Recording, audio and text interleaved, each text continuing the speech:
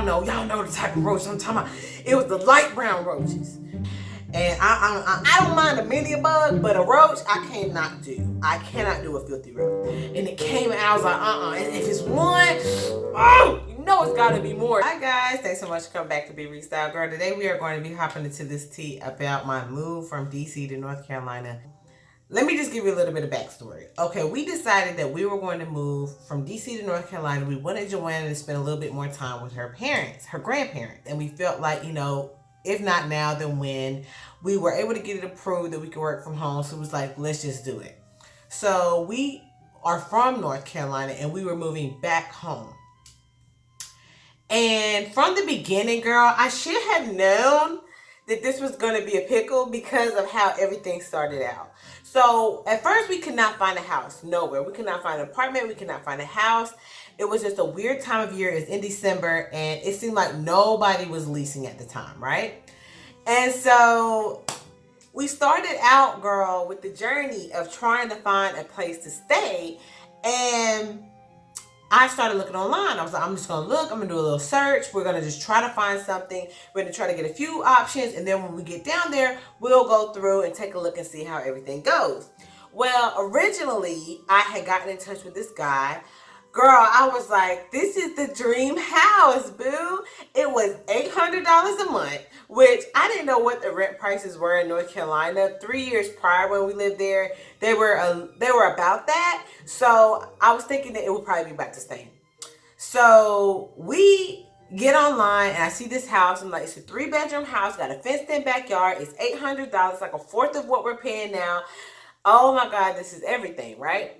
So I get on the phone and I'm like, let me call up this guy and see if he would be interested in letting us apply. Well, he was all for it, girl. He was like, yes, my name is such and such. My wife's name is such and such. He was giving me all this information that I really wasn't asking for, which was kind of a little bit of a red flag. And I looked up the house. I looked up all the details and everything. And I was like, this looks legit. But stuff started to get a little bit fishy when he was like, okay, girl, can you send us the deposit? I'm like, I'm not going to send you the deposit for a place that I've never seen before, right?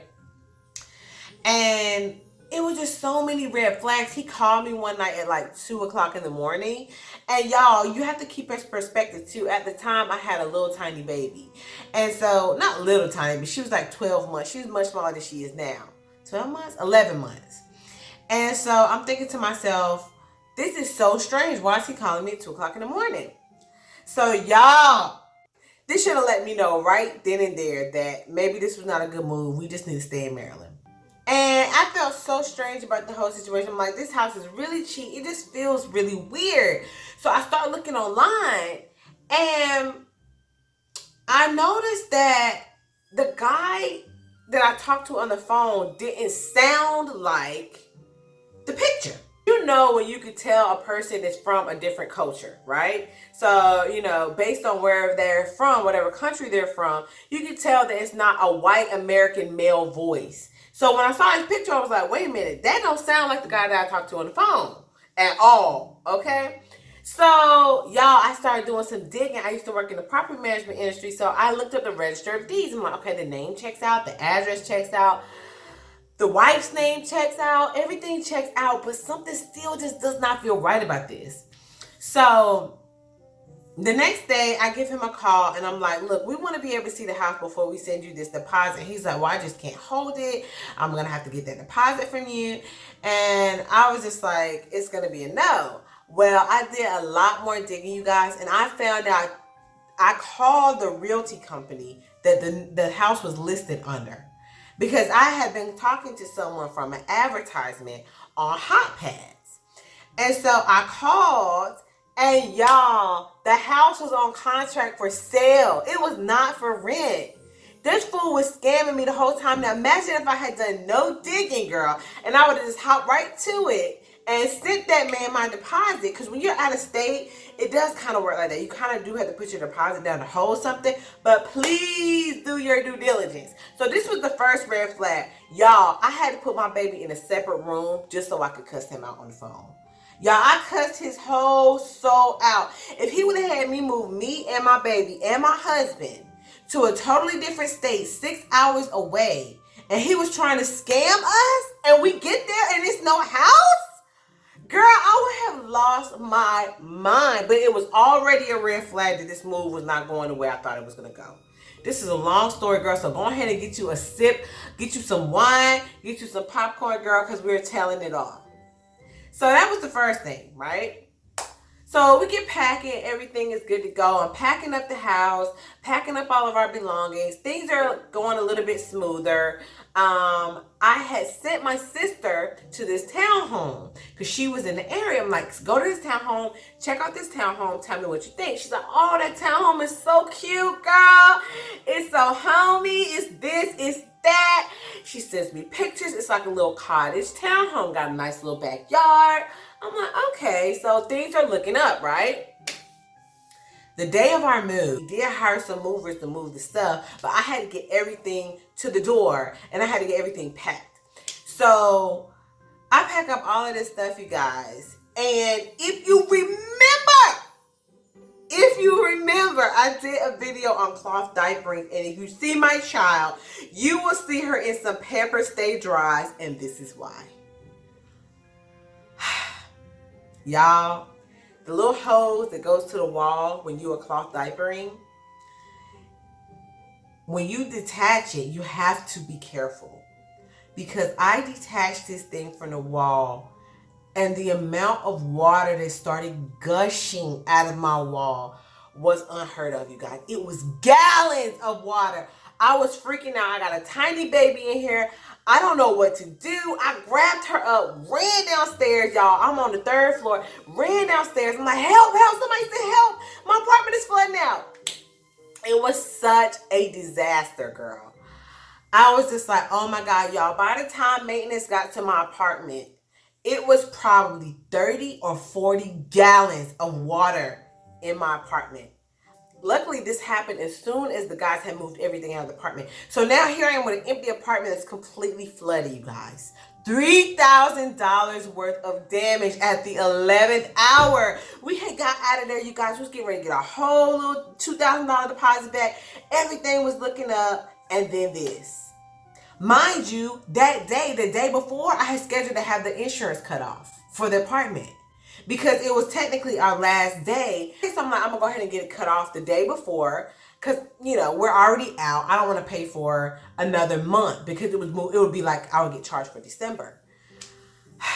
Y'all, it was a total catastrophe. The entire apartment was ruined at the last second, you guys. So my stress was on 1,000. I'm on the floor with a tiny baby trying to clean up this mess with the maintenance crew. I'm trying to help. I'm trying to do my part in it because I know that, you know, with all this damage, it's going to cost us a lot of money. So now the cost is just, it's like the cost of this move is already racking up. You know, we sent the money for the cottage for the deposit. We sent all the coin for that. Now this, right?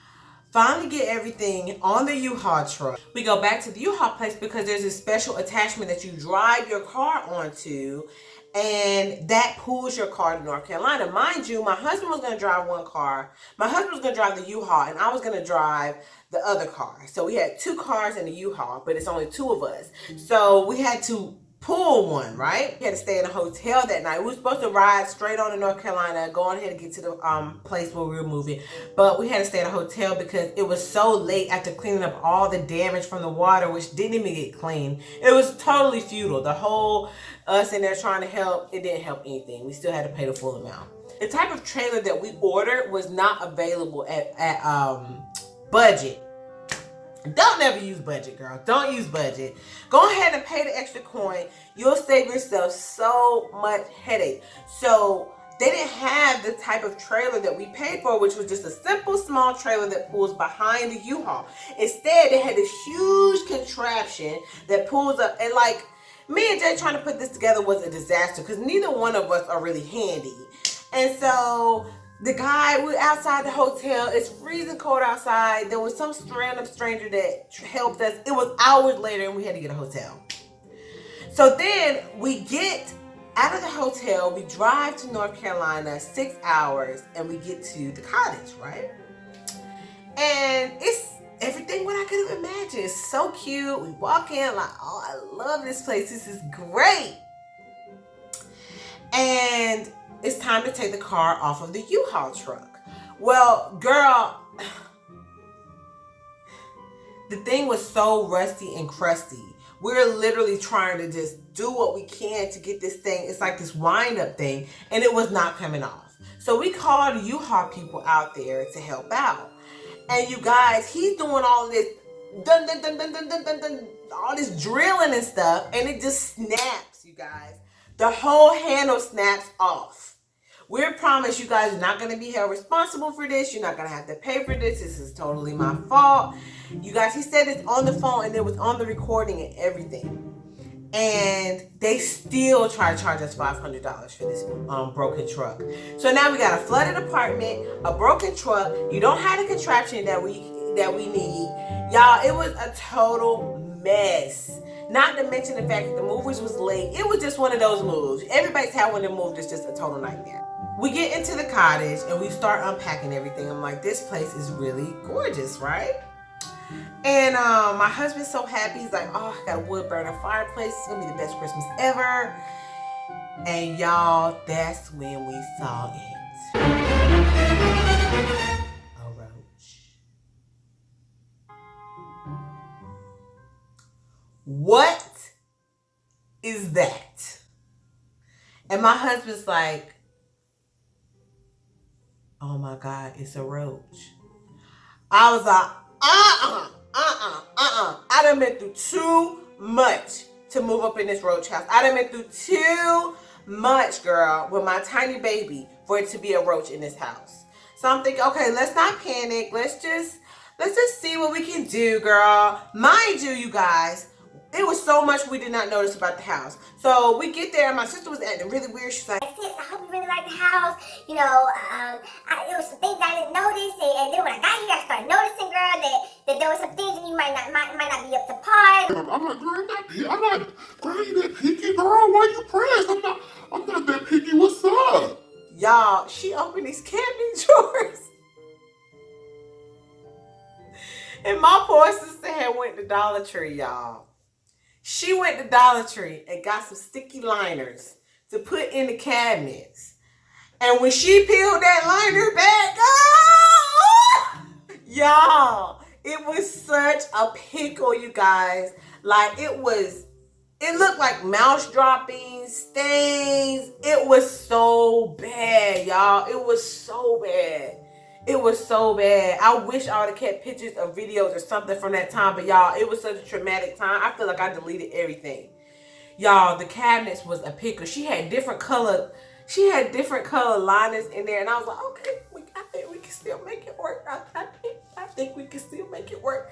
Y'all, it was so bad. And then when I saw that roach, I was too done and too through. But I'm like, it's just one roach. You know, it is the country. Maybe it was just one. But y'all know the type of roach I'm talking about. It was the light brown roaches. Them little light brown bastards. And it came and I was like, if it's one, you know it's gotta be more. So I said, before we unpack anything in this house, I gotta inspect and make sure it's not no roaches all up and through this house.